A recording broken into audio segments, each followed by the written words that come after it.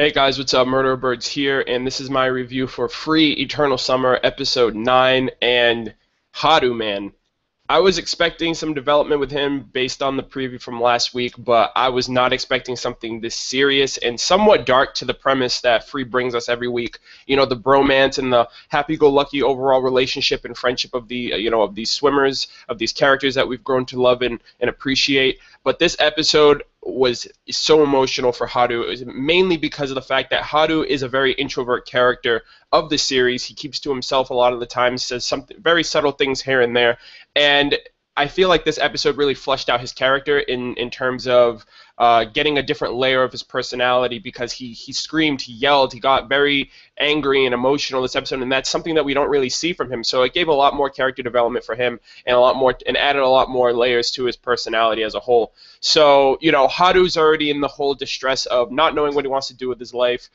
Swimming is the closest thing to him, and it's how he connects with himself as well as his friends.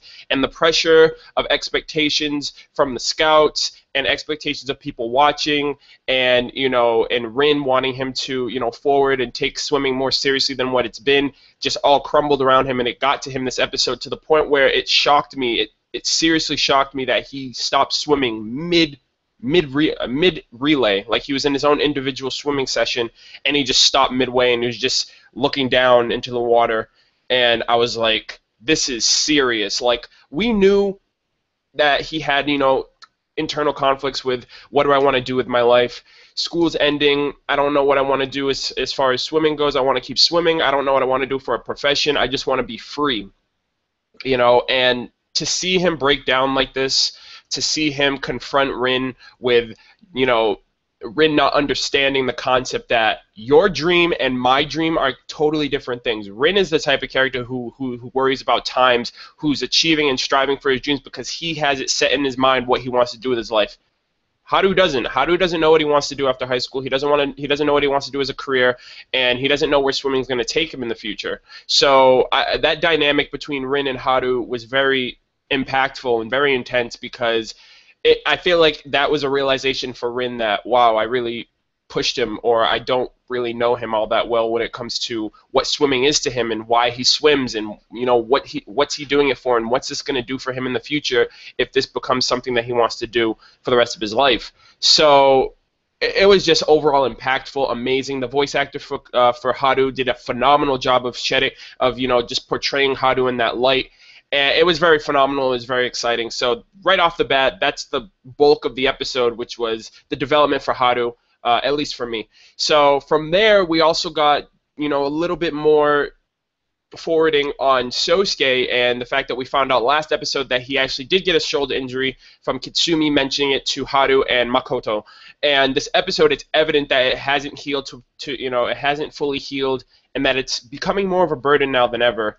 It seems to be badly injured from the fact that we saw when Haru and Sousuke were in the elevator, that the bellhop knocked all the towers down, and he went to go grab them, and he hesitated because of his arm. Again, we saw it when he was going up in the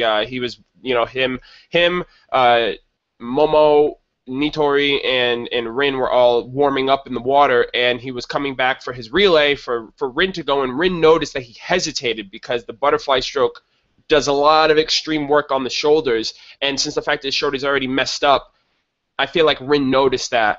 So my question for Sousuke is, first off, it's very adamant, and it's very admirable that he's putting up with this, because it just might be the last time that he can swim with his best friend again, and this is the first time they've ever been on a team together, so he's going above and beyond, putting his self and his health and his the security of his shoulder at risk, potentially for the future as well, because shoulder injuries, I don't know if any of you guys have been in them, had them, but shoulder injuries are very serious, when you come by them, and they take a very long time to heal, and they can put back a lot of they can put back a lot of plans that you have for the future, especially if you're swimming and stuff like that. So I don't know in terms of how is he gonna forward this, if he's gonna swim in the relay, if he swims in the relay, is he gonna get injured, what's gonna happen to him in the future regarding treatment and sponsorships, or going to different schools, or if scouts pick him out and stuff like that.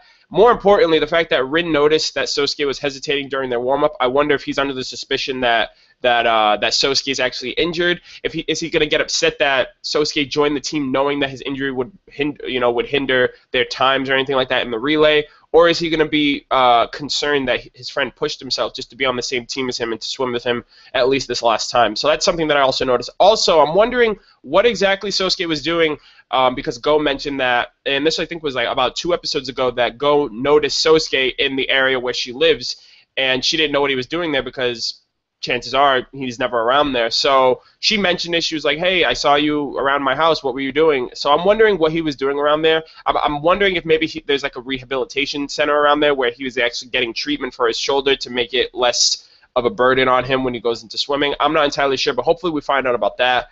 But the relay is coming up, and right now emotions are crazy. Emotions are running wild amongst Haru, his team, because they all witnessed, him flare up against to Rin. And overall with Rin, the shocking conclusion that he was left in, the shocking state that he was left in after Haru confronted him. Not to mention Sousuke and his predicament at the very end of the episode. He's just chilling in the shower. His arm's just really messed up, and it doesn't look like he's going to be able to go along with the relay even after everything that's happened so far. And from the preview, it seems like Rin and Sousuke are going to have their whole squabble next episode as well. Very emotional episode on all fronts. Everyone's just, the emotions are just running crazy, and with 3 episodes left, it's running crazy for me as well, because I want to know how all of this is going to pan out. I want to know how the medley relay is going to go, how national is going to go, who's going to end up winning at the end, what's going to happen with their future, what paths are they all going to take, all that stuff. But the little tidbits of the final moments that I want to mention is I'm so proud of Nitori. He has been busting his ass day in, day out, swimming by himself, and trying to just get on the same level of Rin, of wanting to join the medley relay. And I'm just so glad that he just stuck to his guns and he just kept training day in, day out, and he knew that eventually his effort would have paid off. Props to Sousuke as well for practicing and training and coaching him, because now he's actually in the relay. He's going to be in the medley relay with his team. So Nitori, great job for you, dude. And Makoto seems like he has an idea of what he wants to do with the future, because Rin mentioned to him, he's like, hey, do you have any plans for the future? And he was going to say something, and then the knock came at the door, and it was Nagisa and Rei. So hopefully we get to find out what Makoto wants to do. Hopefully maybe it comes to something to do with coaching, because I really did like the last episode, and that the kids really grew very attached to him. And it seemed like he liked the job, too, of becoming a coach and teaching kids how to swim, and it revolved around something that he already liked doing in the first place. So that's something cool, too. But 3 episodes left, guys. That's all I got for this review. What I took from it, and the things that I'm hoping to look forward to in the future. 3 episodes left, 3 more weeks. So let me know what you guys thought about this episode, what you liked about it, what you're looking forward to. How do you think the conclusion is going to go down?